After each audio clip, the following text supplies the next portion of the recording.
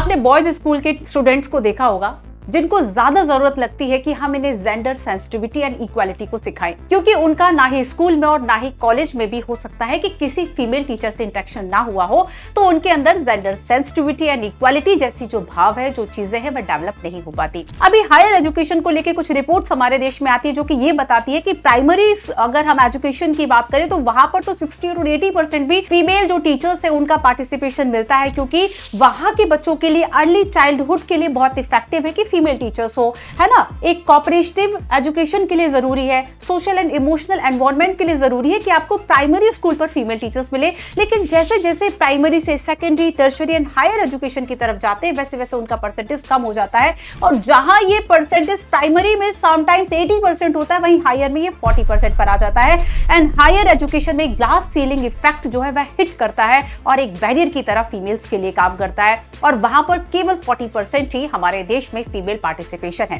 जहां रशिया में ये पार्टिसिपेशन 80% तक है, वहीं इंडिया में लगभग आधा है। तो फीमेल्स का बेसिकली अलग अलग सेक्टर्स में क्या पार्टिसिपेशन है, क्या कंट्रीब्यूशन है, इसको लेकर यूपीएससी खासे क्वेश्चंस पूछता है। जैसे कि लास्ट आपने देखा होगा कि gig economy and women participation जो है उन पर क्या इफेक्ट पड़ा, ये सारी चीजों से यूपीएससी क्वेश्चन पूछता है। अगर हम केरला, पंजाब और तमिलनाडु जैसे स्टेट की बात करें, यहां पर आपको हायर एजुकेशन में भी ठीक ठीक परसेंटेज देखने को मिल जाएगा। बट अगर हम बाकी अदर स्टेट्स की बात करें तो कई ऐसे चैलेंजेस हैं जो आगे बढ़ने से रोकते हैं, जैसे कि सबसे बड़ा तो है हाउस होल्ड एंड फैमिली का जो रिस्पॉन्सिबिलिटी है, एंड इसके अलावा कई जेंडर डिस्क्रिमिनेशन, जेंडर बायस्ड हो जाए, जैसे कि अर्बन या फिर प्राइवेट स्कूल्स की अगर हम बात करें, वहां पर इसलिए फीमेल टीचर्स को रखा जाता है ताकि उन्हें कम सैलरी देकर भी काम कराया जा सके। तो कई ऐसे हमारे सोसाइटी में चैलेंजेस है जो अभी भी एक जेंडर गैप पैदा करते हैं और जेंडर इक्वालिटी को रोकते हैं। आपकी इसके बारे में क्या राय है, हमें कॉमेंट करके जरूर बताएं।